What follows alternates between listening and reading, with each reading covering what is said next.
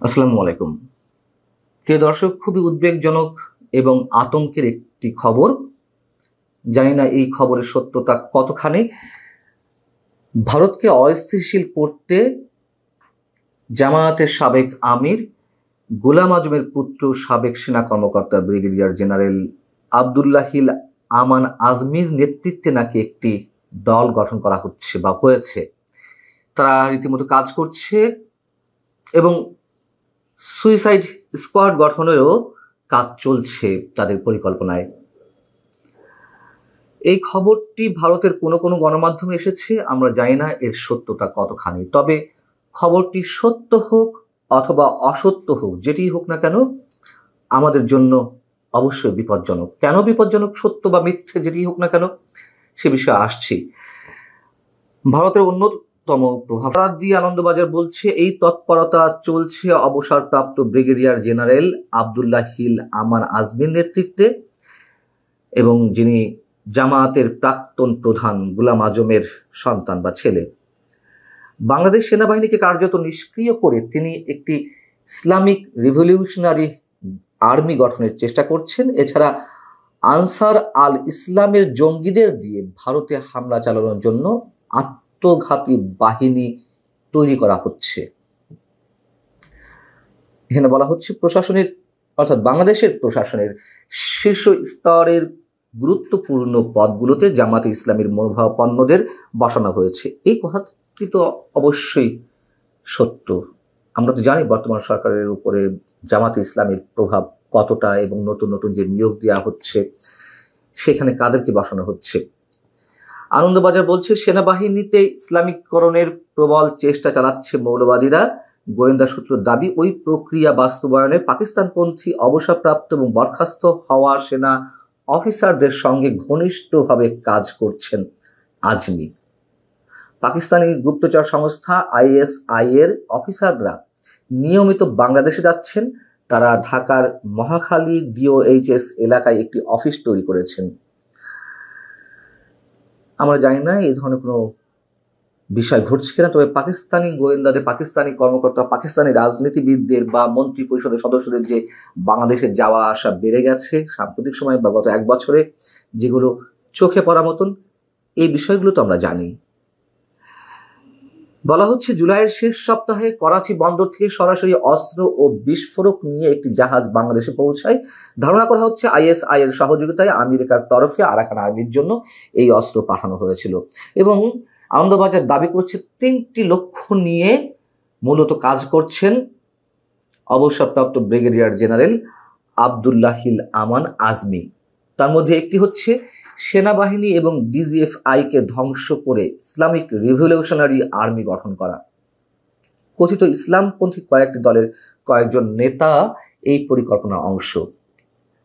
এখন এই খবরগুলো আমাদেরকে বিবেচনায় নিতে হয় এই কারণে যে গত কয়েকদিন আগে এনসিপির অন্যতম শীর্ষ নেতা নাসিরুদ্দিন পাটোয়ারি বললেন যে DGFI গুড়িয়ে দেওয়া হবে, যেখানে আমরা জানি যে সেনাবাহিনী সর্বান্তকরণে এনসিপি নেতাদেরকে প্রোটোকল দিচ্ছে, তাদের নিরাপত্তার জন্য তারা সব ধরনের বিতর্কের মধ্যে থেকেও সবকিছু করছে, এটা আমরা জানি। তারপরেও এ ধরনের হুমকি দেওয়া হলো। সেই জায়গা থেকে এই যে DGFI ধ্বংস করা কিংবা ইসলামিক রিভলিউশনারি আর্মি গঠন করার কোনো প্রক্রিয়া, এই ধরনের কোনো প্রক্রিয়া কাজ চলছে, আমাদেরকে তখন বিবেচনায় নিতে হয়। যদি এগুলো সত্য নাও হয়, আমরা জানি না। সূত্রের খবর দিয়ে বলছে আনন্দবাজার, আজমির আরেক সঙ্গে বহিষ্কৃত মেজর সৈয়দ জিয়াউল হক, আল কায়দার দক্ষিণ এশিয়া শাখা আনসার আল ইসলামের একজন শীর্ষ নেতা। জিয়া এবং আজমি একসঙ্গে জঙ্গিদের প্রশিক্ষণ দিচ্ছেন। এই দল ভারতে নাশকতা চালাবে, এটি গোয়েন্দা সূত্র বলছে। এবং গোয়েন্দা সূত্র আরো যেটি বলছে যে ISI একজন এজেন্ট, যিনি বাংলাদেশ সেনাবাহিনীর একজন অবসরপ্রাপ্ত কর্মকর্তা, তাকে আজমির সহকারী হিসেবে নিয়োগ দেওয়া হয়েছে। তার দায়িত্ব কক্সবাজার শিবিরে থাকা রোহিঙ্গা শরণার্থী এবং ঢাকা সহ অন্যান্য স্থানে আটকে থাকা পাকিস্তানিদের নিয়োগ করা এবং তাদের জিহাদি প্রশিক্ষণ দেওয়া। এখন প্রশ্ন হচ্ছে যে আনন্দবাজারে এই রিপোর্টটিতে যেসব তথ্য উঠে এসেছে তা কতখানি সত্য? যদি সত্য হয়ে থাকে অবশ্যই এই বিষয়টি আমাদের জন্য ভয়ঙ্কর একটা আশঙ্কার জায়গা তৈরি করছে। যদি সত্য হয়ে থাকে আমাদের স্বাধীনতার সার্বভৌমত্বের প্রতীক সেনাবাহিনী সেইটিকেও একটা অস্থিতিশীল জায়গায় নিয়ে যাওয়া হবে, ইসলামিক রেভলিউশনারি আর্মি তৈরি করা হবে, তারা নিশ্চয়ই সফল হবে না, আমরা এটুকু বিশ্বাস করতে পারি। কিন্তু অস্থিতিশীলতা তৈরির তো একটা প্রক্রিয়া চলছে যদি সত্য হয়ে থাকে এই খবর।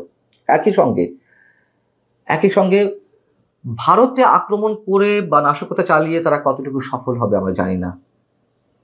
তবে যাই কিছু ঘটুক না কেন, যেটুকুই তারা করুক না কেন, সেটি যে বাংলাদেশের জন্য কতটা বিপদ ডেকে নিয়ে আসবে আমরা হয়তো ধারণা নিতে পারছি না। তার কারণ সেই জায়গা থেকে ভারত তো নিশ্চয়ই বসে থাকবে না, এবং ভারতের আক্রমণটা বাংলাদেশের প্রতি কি হবে আমরা এখনই ঠিক বলতে পারছি না। এবং এই খবরের সত্যতাগুলো আমাদেরকে তখনই বিবেচনা নিতে হয় যখন আগে পরে অনেক কিছু মেলানো যায়। গত কিছুদিন আগে বিডিআর হত্যাকাণ্ডের তদন্ত যে কমিশন, সেই কমিশনের প্রধান সাবেক সেনা কর্মকর্তা অবসরপ্রাপ্ত মেজর জেনারেল, ভারত পাকিস্তান আক্রমণ করলে বাংলাদেশের উচিত হবে উত্তর পূর্ব ভারতের 7 রাজ্য দখল করে নেওয়া। সরাসরি এমনভাবেই বলেছিলেন। এই ব্যাপারে চীনের সঙ্গে যৌথ সামরিক ব্যবস্থা নিয়ে আলোচনা শুরু করা প্রয়োজন বলে মনে করি। মাহফুজ আলম ডক্টর ইউনূস সরকারের উপদেষ্টা পরিষদের অন্যতম সদস্য, তথ্য সম্প্রচার বিষয়ক উপদেষ্টা, ছাত্র প্রতিনিধি হিসেবে যিনি এখনো পর্যন্ত পূর্ব পাকিস্তান হয়ে বাংলাদেশ দিয়ে আমরা মুক্তিকে ছুতে পারবো না, অর্থাৎ বাংলাদেশের মানচিত্র টেনে লম্বা করতে হবে, ভারতের বিভিন্ন অংশ দখল করে নিতে হবে। এই এনসিপি নেতারা তো আরো অনেক কিছু বলেছেন। নরেন্দ্র মোদীকে টেনে হিচড়ে নামাতে হবে। আবার কেউ বললেন উগ্র জঙ্গিবাদী মানসিকতার, অনেকে বললেন প্রকাশ্যে যে ভারতের সীমান্তে আক্রমণ করা হবে। এই যে কথাবার্তা, এবং আব্দুল্লাহিল আমান আজমির সম্পর্কে যে তথ্যগুলো আমরা পাচ্ছি, সবকিছু মিলিয়ে এগুলো যে একেবারে উড়িয়ে দেওয়া যায় তাও কিন্তু নয়। আমরা পুরোপুরি সত্য হিসেবে সম্পূর্ণটা হয়তো গ্রহণ করছি না, কিন্তু কিছু সিমটমটা এর মধ্যে আমাদের সামনে উপস্থিত হয়েছে। এবং আব্দুল্লাহিল আমান আজমি যে বাংলাদেশের পতাকা স্বীকার করেন না, বাংলাদেশের মানচিত্র, বাংলাদেশের জাতীয় সংবিধান এগুলো স্বীকার করেন না, সেটা তিনি একাধিক জায়গায় বলেছেন। এবং যে কারণে শুরুতে বলছিলাম যে এই খবরের সত্য